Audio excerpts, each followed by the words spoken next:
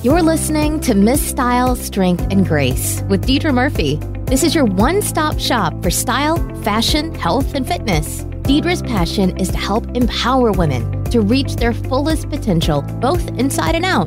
Deidra and her guests will be discussing how to develop your style, health, and lifestyle hacks to energize your day and inspire you to keep reaching higher levels of success. Deidra is a professional fashion stylist, health guru, and Mrs. Washington 2017. It's time to get open and honest with Deidra.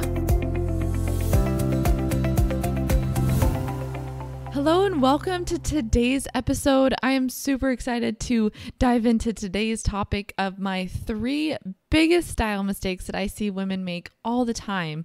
And ultimately, it keeps them from reaching their wardrobe, image, and even just fashion goals overall.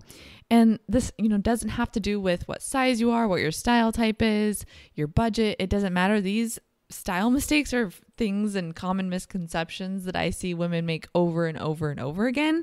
So I wanted to kind of bring it all together in one concise podcast so that hopefully you're ready to break through your style rut or your style mistakes and just really up-level your fashion and your sense of style. So I know there's a lot to be said about style, and some people say like style doesn't matter, but really style does matter. Not only is it a statement of who you are, but it can really help leverage where you want to go in life. Maybe you want to be taken more seriously at work. Maybe you're kind of a young mid-20s, early 30s something, and people constantly just see you for being like a 16-year-old or taken that way at work. Well, by using the power of style, you can instantly be taken more seriously, look more professional, and maybe be up for that new job or that new client or that new assignment at work. Or maybe you're already really serious at work and you kind of come off as harsh. You can use the power of style, clothing, colors to feel more approachable. Or maybe you're newly into the dating scene again. Maybe you want to get back into the dating world and you want to feel sexy again. You want to attract the right type of person into your life. That's where the power of style can come in. Style can have that influence, that power, and that leverage when used properly. I personally also see style as a gauge or like a measuring tool. If I'm feeling scattered and disorganized, that is where my style is usually reflecting on it. And I know that's when I need to like go through and maybe do like a closet purge or a clean out if I just feel kind of like overwhelmed and mismatched and disorganized or disheveled. But, maybe you feel like a boss lady, and that's when my style really reflects it. Like I'm on point, I know where I'm going, I know what I'm doing, and that's when, I feel that image on the outside too. So let's talk about the 3 most common mistakes I see women make when it comes to their style. So style mistake number 1, not having a plan when shopping. So whenever I take clients in person shopping on a shopping experience, like I like to say, I've already seen her whole closet. I know what she already has. I know what works for her shape, for her coloring. I know what her goals are. So maybe it's somebody that got a new job or a new promotion and we need to really up-level her workwear. Or maybe it's, a new mom that's trying to manage both having kids but still feeling polished and casual but still pulled together. I take that into consideration when I do my pre-shop for her. But I also know what pieces are missing in her wardrobe because we've already done a closet edit and a clean out. I know too what her budget is. So I take all this information and I go in and I pre-shop, and in less than an hour, I have found what my client would have taken, an entire day or more to find. But the reason I'm successful at being able to pre-shop for them in an hour is because I have a plan. I've been able to be laser focused on her needs, and I have a goal and a strategy in mind. If her budget is only like $700, I'm not going to take her to a store where just a pair of jeans alone is going to be $300. I'm going to make sure that we can really expand her budget and get her the most bang for her buck, versus a different client might have a budget of $3,000 when we go shopping. And that's going to alter what my plan is, what I'm picking out, what pieces, and what her needs are. So I always make sure that, it's like a grocery list. It's funny is my clients will always laugh when I send them their shopping list in advance, because I really do have it organized by like, what is most important? Where do we need to spend most of our time and energy on? What are the things that we must find, or try to find in our shopping experience together, and what pieces would be maybe nice to find, but we can always focus on them later. That way it's, like I said, like almost a grocery list. It keeps us completely focused, saves time and money, because then we're not wasting money on things that we don't need. If she's already got a classic blazer in her closet that fits great, I'm not going to put that on our list, even if there is a nice one at the store. Like, oh yeah, it might look great on you. It might be a beautiful color, but you've already got a great fitting blazer that is really serving your needs right now. So we can wait on the blazer that is at the store, and let's focus on finding some blouses to match with those blazers and the different bottoms that we're, finding either that day or that she already has. And it saves, like I said, not only time, or money, but also time later, because then we're able to find what we really need in a short amount of time. You're not spending hours or wasted moments going through the entire store going, oh, I don't know what I need. Or, when I used to work retail, I used to see this a lot with clients or customers that would come into the stores that I worked at, and I would say, hey, how's it going? Greet them just to see how their day was. And a lot of the times I could just tell they didn't have a plan. They were just kind of aimlessly wandering, didn't know really what they were looking for. And, I'd try to help them, but they still just were like, no, I'm just looking. I don't know what I need. And then that's when they would leave the store in frustration because they didn't have a plan. So I always tried to help them, but some people just weren't ready for that yet, and that's okay. But the other thing that I wanted to mention when having a plan is too, like, you have a plan for your budget as well, because if you go to the store saying, okay, I have this much money to spend, what areas to really stretch that dollar on and what pieces you need to add into your closet that fit within that budget. If you only have $500 to spend that day shopping, it doesn't make sense to buy, you maybe have 5 things on your list. It doesn't make sense to buy one thing that almost takes up that whole budget, right? So you want to make it make sense for you and your lifestyle. And that's even why I've created things like my Effortlessly Chic package, because, I would love to help out everyone and anyone, no matter where they're at in the country or in the world, but I physically can't, and we only physically have 24 hours every day. So that's why I created this program where I teach you some of these skills, so that when you do go shopping, you do have a plan, you know exactly what you need, what you're looking for, and you're not wasting time and money on things that you don't need. So I will include my link to my Effortlessly Chic virtual package in the show notes, so be sure to check that out. And it helps teach you these skills for the rest of your life. I always say that I would rather teach you how to fish than give you a fish. Well, I'd rather teach you how to shop and how to dress than just tell you what to wear. You may not have the disposable income to work one-on-one with a stylist in person. And, shopping really is a skill that you'll need the rest of your life. Nobody shops once and then never again for the rest of their life. Either garments wear out, or they lose their shape and you need to get rid of it and replace it, or they get stained or ruined.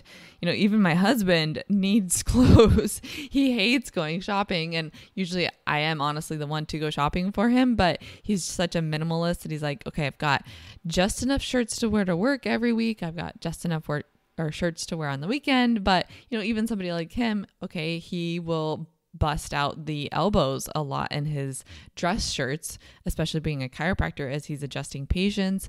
Sometimes he manages to bust out the elbows around his shirts, and so I have to replace those for him. So even somebody that hates shopping and is a complete minimalist like him still has to buy new clothes every now and then. Anyway, when shopping, have a plan, even if it's just like, okay, I'm just shopping for denim today, which actually, when it comes to jeans specifically, I usually focus that on one shopping trip at a time, but that's another topic. But you would go to the store with a plan of like, okay, I know I need one pair of skinnies and one pair of boot cuts, Or maybe it's, I need one dark pair of jeans. It can be any fit as long as they fit great that I can wear on Fridays at work. And so you go in knowing that in advance, you know what you need, what your budget is, and what amount of money you're comfortable spending. You know, whether it's a $200 pair of jeans or a $20 pair of jeans, make sure it fits your budget and that you still have a plan going into your shopping time experience, as I like to call it. My second mistake that I see women make a lot of the times is waiting to pick out their outfit or clothing in the morning.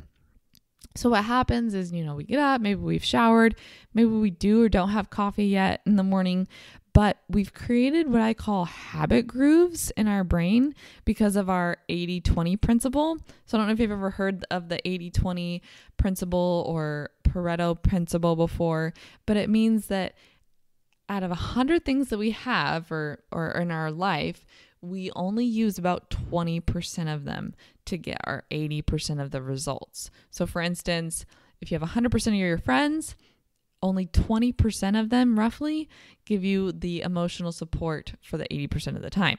It's the same in our wardrobe. So we have 100% of the things in our closet, only about 20% we wear 80% of the time. Now, this is a good thing. These habit grooves, it helps protect our brain because we've got so many other things that we need to think about, packing the kids' lunch. Did I send that email to my boss? Did I get that project done or send off to the project manager? And that's great when we're trying to, use our brain power for a lot of different things.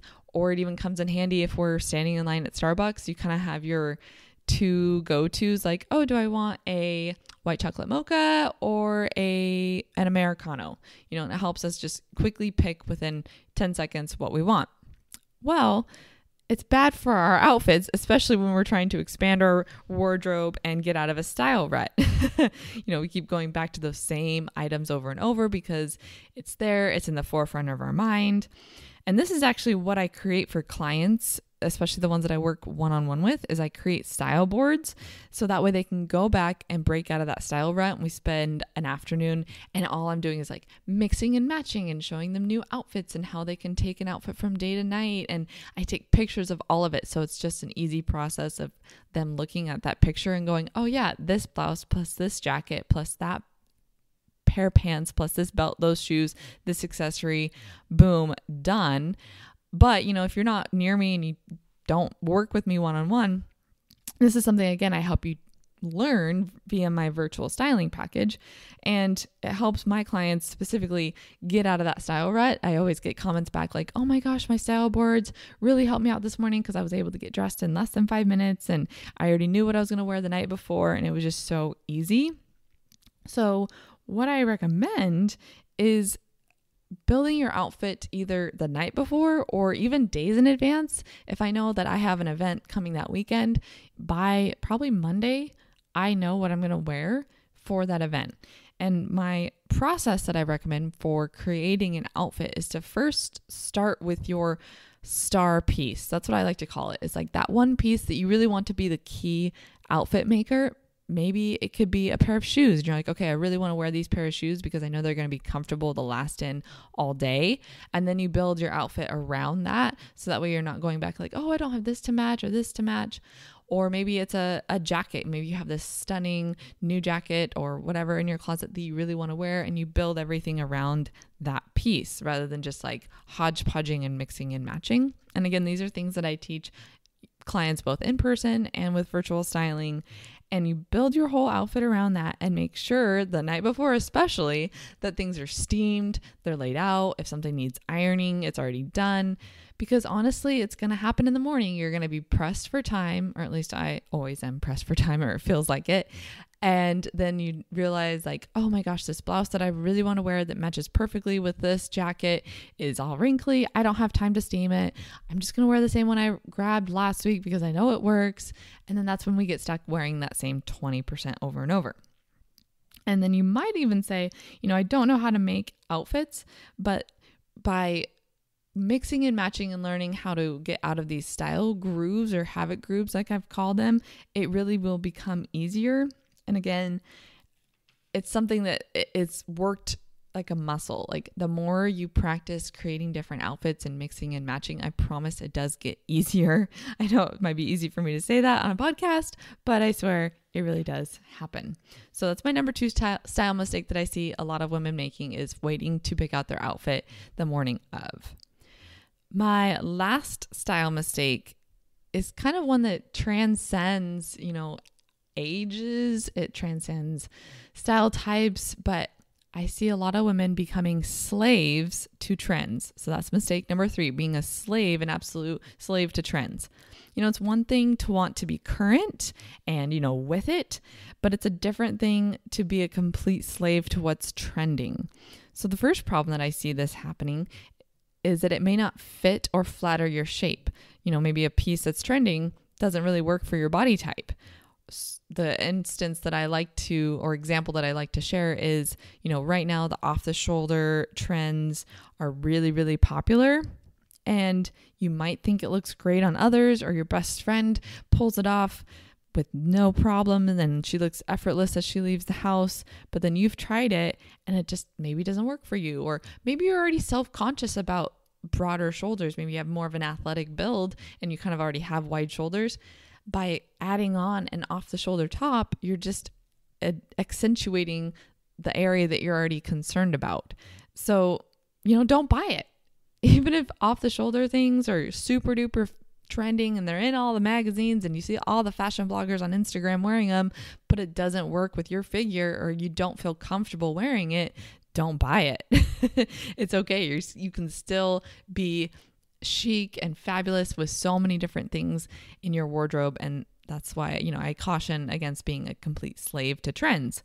The second problem I see is they might be out of style in a hot second. This is where having, essential pieces come in handy, because then you can easily update your essential pieces with a subtle nod to a trend without going like full on dive in, like I'm buying everything in that certain trend style. For instance, right now the bell sleeves are really, really popular. You can see it in sweaters and tops and dresses, but you may not want to fully invest in that style, especially at like a higher price point. Maybe you go into a Nordstrom or a higher end boutique and they have these great trendy pieces like bell sleeve tops, and maybe they're more expensive brands like Joie or Velvet by Graham and Spencer or Trina Turk, and it's like, yeah, that's a beautiful piece, it's got the on-trend bell sleeve, but maybe you're spending upwards of like $200 to $300 on one top that's probably going to go out of style within like 6 months to a year. So the way to fix that is maybe add a subtle nod to that trend, but maybe make it a lower price point item. And, I'm not saying like just buy crap or cheapo stuff, but that's where like the Zaras of the world, the H&Ms, maybe even Target, they have a lot of things that are trendy and on trend, especially with the Who What Wear line, and maybe incorporate that with a subtle nod to that trend. Maybe buy 1 or 2 blouses that have a little bit of the bell sleeve at a lower price point item, and then you can mix it with your classic go-tos, maybe that pair of skinny jeans you've had for years that make your butt look great and give you legs for days. Pair it with the pieces that you already love and are timeless, so you have that subtle trend, but you're not completely invested into that trendy item, and you're already rocking it with things that look great and you feel great in. Now, and the benefit to doing that too is that way you're not going to have that item go out of style, within 6 months. You maybe try it out. If you love it, great. And even if it does go out in 6 months and you get rid of it, you're not going to feel like a little stab to the knife into the gut because you spent like $300 on that blouse that now you're like, I'm so over it. It's, out like a light. And you're not stuck with a closet full of clothes that you're just over. So these, like I said, are some of the same principles that I teach my clients, both in person and, with virtual styling. And especially that last style mistake that I see clients make with not knowing what's trendy versus what's classic, I can actually help fix that with you no matter where you're at in the world, because I have an essentials wardrobe checklist. So this checklist is great. It completely maps out what pieces are, timeless and effortless, and how to create kind of that capsule closet with the essential pieces. And that is a freebie, free as a bird, $0. So check the show notes. I'll be sure to link my free essentials wardrobe checklist in there. And you can also check out my virtual styling package, what I was talking about earlier with my Effortlessly Chic, where I teach you how to break that 80-20 rule especially. So be sure to look for that in the show notes as well. And as always, if you have questions like about style or health and wellness, be sure to shoot them over to me, because I'd love to answer your question on an upcoming episode. So email those over to Deidra, that is DEIDRA, at StyleByDeidra, again, DEIDRA.com. So Deidra at StyleByDeidra.com, and that way I can feature your question, and I can leave it anonymous for you, so you no worries about that. And I can feature your answer on an upcoming episode. So as always, I love you all. Hey ladies, thanks for listening, and we hope you enjoyed today's episode. To help empower more women, please be a doll and rate, review, and subscribe to this podcast. For show notes and other free resources we mentioned today, go to stylebydeidra.com.